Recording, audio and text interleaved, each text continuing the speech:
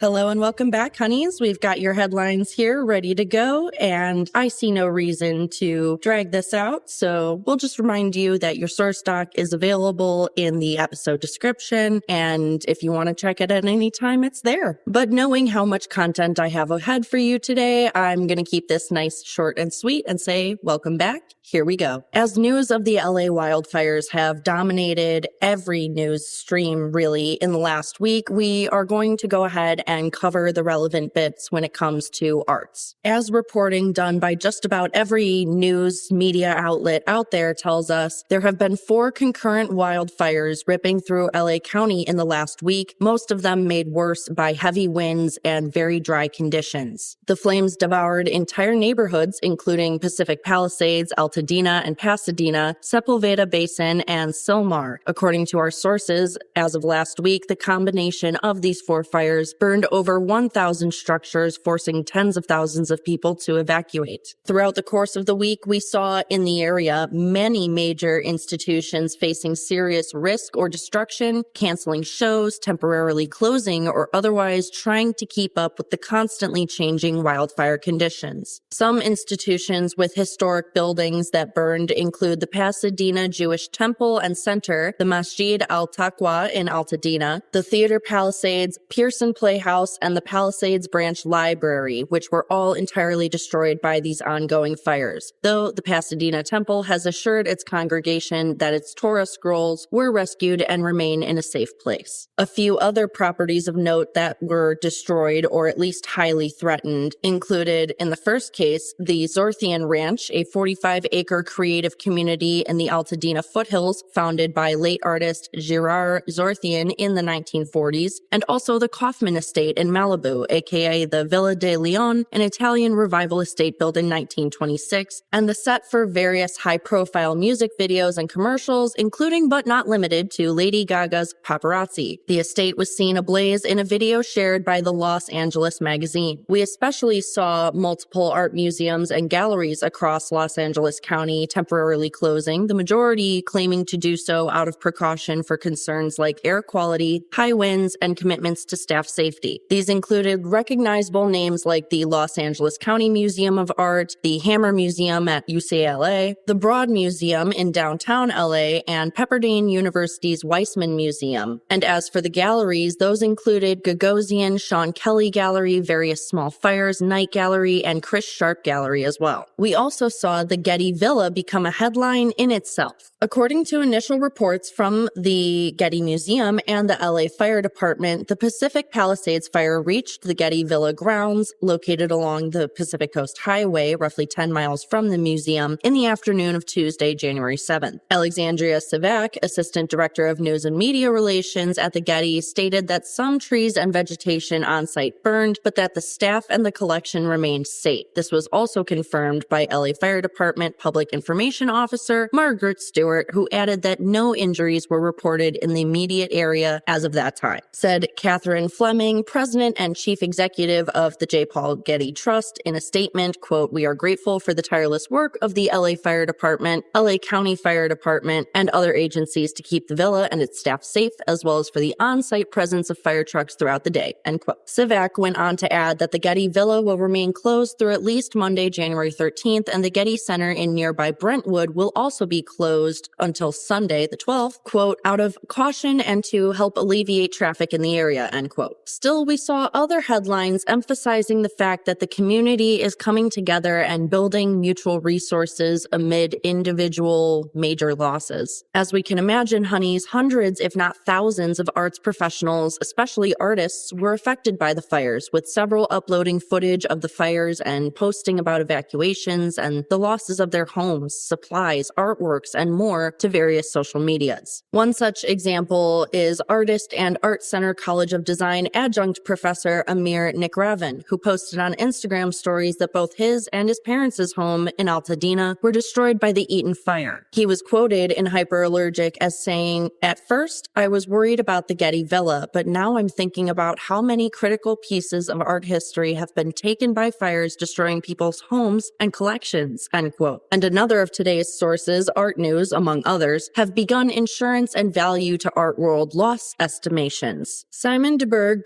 Codrington, a fine arts insurance specialist and managing director at Risk Strategies, told Art News that it's still too early to accurately assess damages, but, quote, "This is going to be substantial and possibly one of the most impactful losses ever in America," end quote. He added that they are expected, quote, "to be much more impactful than Sandy was to the art world," end quote. We also had input from Grace Aretsky, a business development manager at Hub International, who said, quote, "There is no doubt that insurance companies are bracing themselves for massive fine arts claims, but the implications for the broader art ecosystem are unprecedented," end quote. It is likely, she thinks, that rates will increase and that new protocols and policies will be put into place. But I don't want to leave us all with no sense of hope here, because it does exist. There is some to continue. We've already seen several orgs stepping up to the plate. For example, Super Chief Gallery, starting Thursday, January 9th, pivoted to serving as a base for collecting supplies such as air purifiers, N95 masks, clothing, phone chargers, pet food, and other items for LA fire relief. The gallery wrote, quote, "All material support will be given directly to victims of the fire from our community and through organizations working to help people directly," end quote. They will additionally be hosting an art supply drive and night market on Saturday the 11th. Art News points out that modern art conservation business owner Suzanne Ciano, among others, are getting in touch with advice for affected art collectors hoping to preserve their holdings as well. And Artsy has a growing list of resources going to help. If you can contribute to any of the ones I'm about to mention, please do. They include the Adolph and Esther Gottlieb Emergency Grant, the LA Art World Fire Relief Mutual Aid Fund, CERF Plus Craft Emergency Relief Fund, Artists Fellowship, Inc., and Artist Material Exchange crowdsourcing documents. And remember that any art supply donation efforts you can find are also perfectly acceptable. You can look at, for example, Immersive Art Collective, Make Room, or Think Space projects, as well as individual artist and organization fundraisers. We're going to switch gears over to the arts market, honeys, and talk about a surprise JMW Turner discovery that could fetch $500,000 at auction. The work in question here is called The Approach to Venice, or Venice from the Lagoon, circa 1840. It's a foggy watercolor sketch of said Venetian lagoon. Here's where things get funky. For most of the later 20th century until about now, it was falsely attributed to the Victorian art critic and artist John Ruskin, but it was re-identified as being by Turner, a 19th century English romantic painter, after its submission to Christie's Request an Estimate digital appraisal service. And yet we're still not really sure how it became known as a Ruskin. There's no real clarity on why anyone would have thought it wasn't a Turner. So a bit of an open-ended mystery here. The current owner of the artwork is a descendant of the original buyer, engineer Haddon C. Adams, who immigrated to Illinois after graduating from Cambridge University in 1922. He eventually went on to be the U.S. Ministry of Transport's chief bridge engineer. Adams was known as a Ruskin obsessive, reportedly once even said that collecting Ruskin was his one luxury in life. He bought the Turner watercolor around 1930, and it clearly remained in the family ever since. But with that appraisal came the attention of British drawings and watercolors specialist Rosie Jarvis, who told the art newspaper she, quote, "had an instinct from the strong brushstrokes, economy of line, and the palette that we really needed to see this properly," end quote, after viewing the digitally submitted version. The Turner piece will appear in Christie's Old Master and British Drawing Sale in New York on February 4th with an estimate of $300,000 to $500,000 US, but some watercolors by Turner have been known to fetch over $1 million, so who knows? Another fairly serious headline from the last week, a wax figure of Israeli Prime Minister Benjamin Netanyahu was targeted in Mexico City. The incident occurred January 7th at the Mexico City Wax Museum and was captured entirely on photos and video footage shared to social media by the group BDS, or Boycott, Divestment, Sanctions, Mexico. An unidentified masked individual began the video by stating in Spanish that the action, ostensibly protesting Israel's attacks on Palestine, was being carried out with, quote, "a lot of respect for the Jewish community," end quote, before this individual began pouring red paint over the top of Netanyahu's displayed wax statue. He then defaced the statue's head with a hammer and finally knocked it over face first. A representative for BDS Mexico told Hyperallergic, quote, "Our aim was to criticize the existence of the statue while a genocide is taking place," end quote. And the why we care, of course, here is the defacement of art as a continuing form form of political as well as environmental activism and protest. But this is also a bit atypical, the way he started with such a specific statement, referencing those he wished to show respect to instead of those he did not respect. And I say he because it sounds like a masculine voice. The last week also saw Mario Rosero named the director of the Andy Warhol Museum. This information comes from a January 8th announcement via the organization itself. Rosero comes from a 5-year tenure as executive director of the National Art Education Association, and he will take over from interim director Rachel Barron Horn on March 31st. The news comes just over a year since former Warhol Museum director Patrick Moore announced his resignation. And Rosero has a solid background for the job. He worked between undergraduate and graduate schools as a teaching artist at the Warhol Museum, concurrently teaching elementary art in the Shaler Area School District. He later maintained senior roles structuring the arts curriculum in both Pittsburgh's and Chicago's public schools for multiple years before his 2015 appointment as the senior vice president of education at the John F. Kennedy Center for Performing Arts in D.C. Rosero described excitement and a sense of homecoming in a statement regarding his new appointment. He said he was also excited to be part of sustaining Warhol's legacy and further developing the museum's contentious tourism and education initiative known as the Pop District, which has reportedly driven multiple high-level employees to quit the Warhol Museum due to concerns about the project's ambitions misaligning with the museum's mission and its resources. We will see what happens when Rosero takes the reins. We saw some pretty major money-related news last week. The first headline in that way, UC Berkeley got $2.6 million for a project to counter arts censorship. The school announced the grant coming from the Andrew W. Mellon Foundation on December 20th. It will be titled A Counter-Imaginary in Authoritarian Times and will be a multi-year interdisciplinary project made up of all kinds of anti-censorship programming at arts institutions across the country. UC Berkeley professor Shannon Jackson, in an email to Hyperallergic, clarified that each partner institution will host events like public workshops, online publications, classes, so on, confronting authoritarian censorship. She also said there are plans to deliver a public lecture during the 2026 programs that will include a survey of art and current authoritarian campaigns in fields like migrations and trans rights. Jackson described in this article the complex character of authoritarianism in our current moment and said that all involved hope to create a, quote, anti-censorship network. The network will not only trace the histories of free speech and censorship, hopefully, but will also aim to provide legal training to academics, artists, writers, and others facing censorship nationwide. Now, you might guess we care about this, honeys, because remember all of our censorship and pushback and controversy Beesness headlines from 2024? Hyperallergic says that we reached a fever pitch last year. They've, quote, identified over a dozen artworks targeted or removed in protest from U.S. arts institutions since October 2023, following artists' expression of solidarity with Palestine, including Ungapa Lakota artist Danielle C. Walker, whose Colorado residency was rescinded last May after she posted her painting of a Native woman wearing a Palestinian keffiyeh on Instagram, end quote. On a happier note, we heard that the Muskegon Museum of Art has finished its $15.4 million